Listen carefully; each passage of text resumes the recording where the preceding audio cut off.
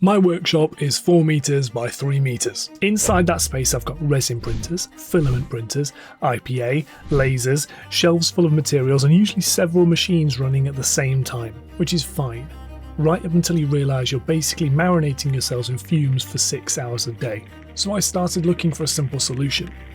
And, like most simple solutions in this workshop, it escalated completely out of control. What began as a tiny air quality monitor somehow turned into custom designed ducting, automatic extraction, electrical headaches, collaborative CAD work, and a surprising amount of duct tape.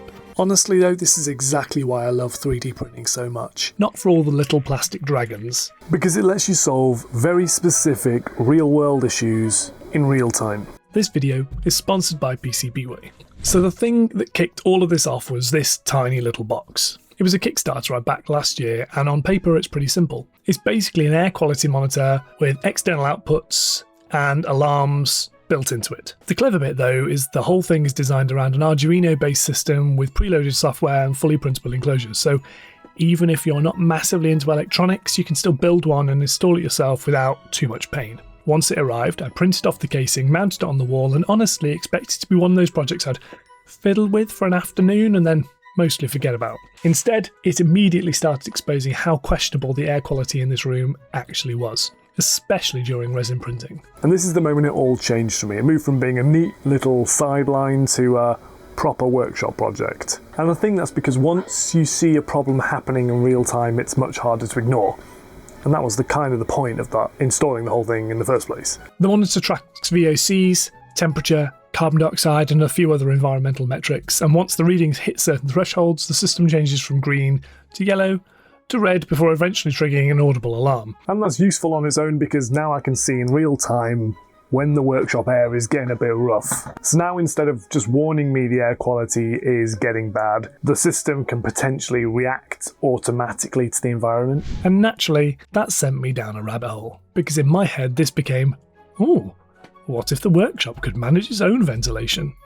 And so I started looking at extraction systems. Originally I planned this absolutely gigantic 10-inch centrifugal fan I had lying around because technically it would have worked brilliantly. The problem is, obviously, it's enormous, and this workshop doesn't really have spare enormous fan space available. Every wall already has something mounted to it, every shelf is full, every machine has ended up exactly where it is because there wasn't really another option, and that pushed me to a more compact system instead. Now realistically, the sensible solution here would have been to go to Screwfix or another hardware store, buy some standard 4-inch ducting, screw it to the wall and move on with my life.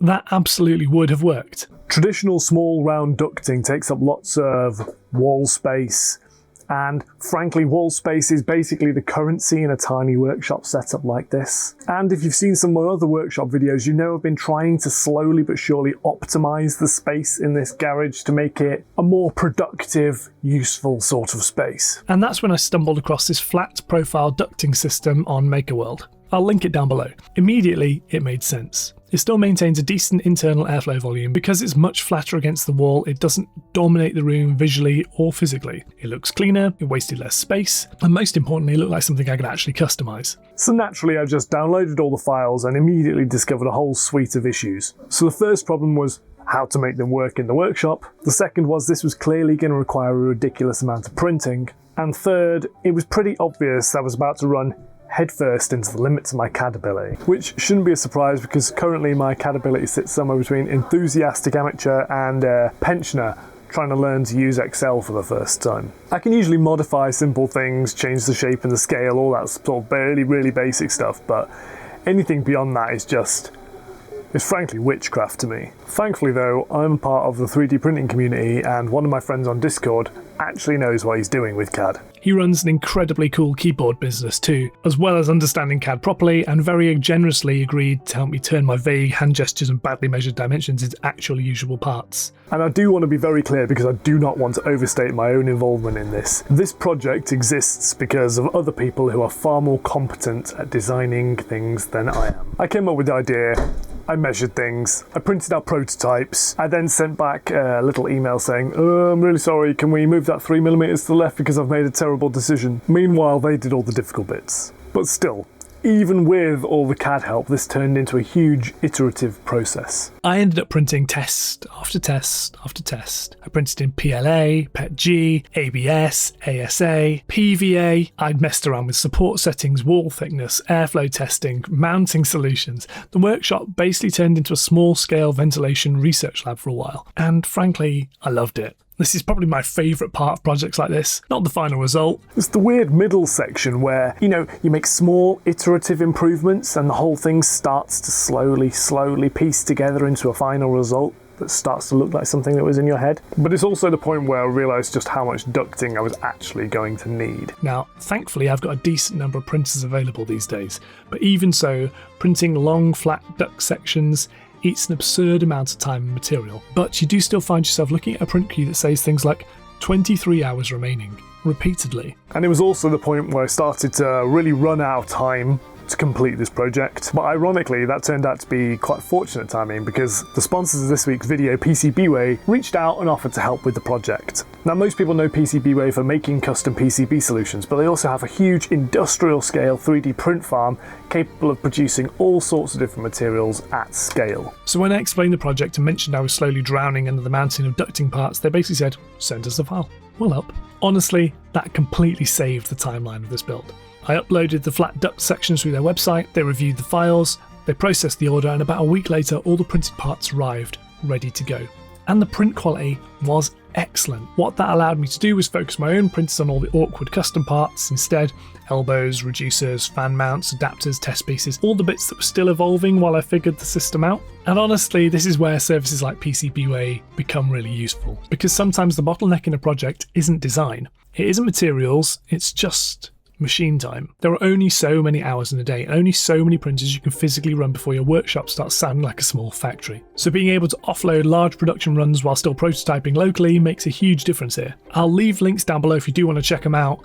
With the major duct section sorted, I was able to turn my attention on the layout itself, which was surprisingly awkward. I don't know if you've seen around the top of my walls, they already contain all the central heating pipework from my house, which means the ducting couldn't just take the shortest route possible. It had to snake around existing infrastructure without blocking access to anything important. So we ended up designing a whole series of custom adapters and elbows to make that work properly. We needed low profile 90-degree turns, flat to round transitions for the printers and laser extraction, and a custom adapter that connected directly into an existing extractor fan already mounted in the garage window.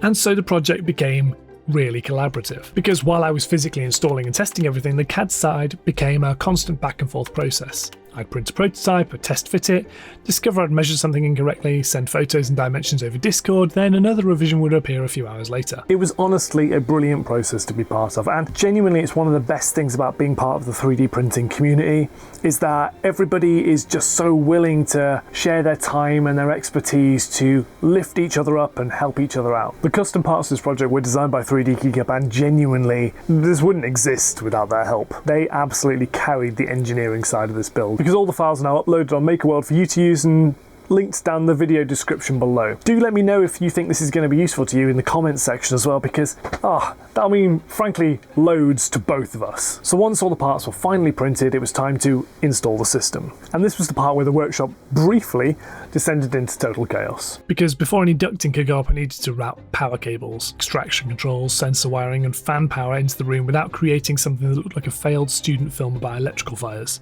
I have been holding onto this cable for 6 years. I knew it'd come in handy for something, and you know what? Best of all, it's bloody on theme. Branded cables, baby. I'd already planned some cable channels into the layout for exactly this reason, because I knew future access was going to matter. It was still a bit of a fiddle to get the cables in place though. After the cabling, the extractor itself became the most important component to position correctly, because unlike the ducting, the extractor fan only really had one sensible location, so everything else had to work around that. Once that was mounted, it was finally time for the first proper test. And honestly, hearing airflow move through the full system for the first time was deeply satisfying. Partly because it worked, which is always nice, and partly because there's definitely been moments during this project where I genuinely wasn't convinced I was going to finish. From there, it became a process of routing the ducting around the workshop and gradually connecting everything together.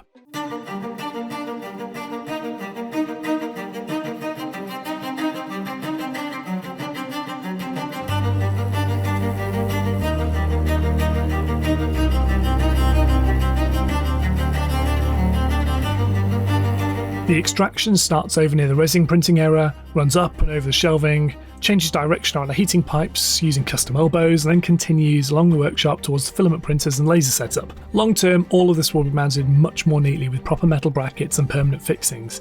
At the moment, it's still very much in the functional prototype phase. Cable ties are doing a lot of heavy lifting. And yes, the ducting is currently held together with duct tape, which feels appropriate somehow. But I did this on purpose to avoid permanently gluing anything together because I already know parts of this workshop layers are going to evolve over time. Some of the printers are moving, the storage is changing, more multi-board is going on the walls, and I want to adapt the system flexibly without having to completely rebuild it later. That flexibility is honestly one of the biggest advantages of building something like this with 3D printing in the first place. You can iterate on physical infrastructure in a way that just isn't practical with most off-the-shelf systems. And importantly, the system actually works. The extraction is now pulling fumes directly from the printers and venting them outside before they have a chance to build up in the room. Combined with the monitoring system, I now have real-time view on the exact air quality in the workshop, instead of just hoping it's probably fine. And I've already noticed it making a difference to the way I work because, frankly, we're all adults in the room here. When you're working with IPA and soldering and 3D printing in an enclosed space, you do get a bit complacent with this sort of stuff.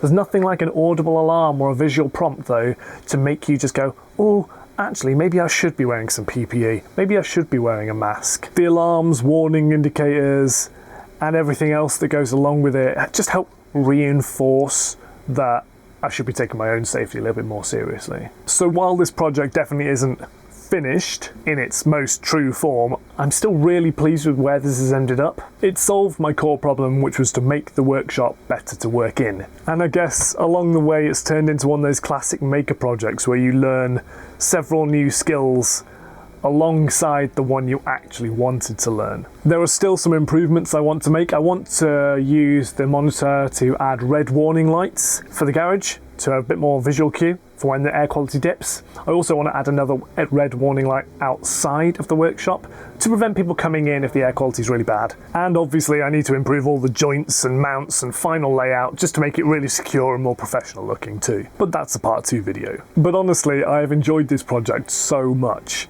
And I think it's one of the main reasons I love this hobby that we're into. And if you share that viewpoint, then do consider subscribing to the channel and join me for the ride. Let me know in the comments below if you've enjoyed the video too, because like I say, I've had a lot of fun and I hope you did too. I do want to say a huge thank you to PCBWay for enabling this project to occur, and obviously another huge thank you to 3D Keycap for designing all the custom parts that I needed. Most of the parts for this build were printed either on the Anycubic Cobra X or on the Bamboo Labs P2S and X2D, and I've got videos about all those 3 printers which are going to be on screen around now-ish. So do go and check those out if you're considering a project like this. I'll close out by saying a huge thank you to everyone who supports me more generally, joining in the chat, commenting on the videos, subscribing to the channel, liking the videos to help the algorithm gain traction, or most of all, supporting me on Patreon.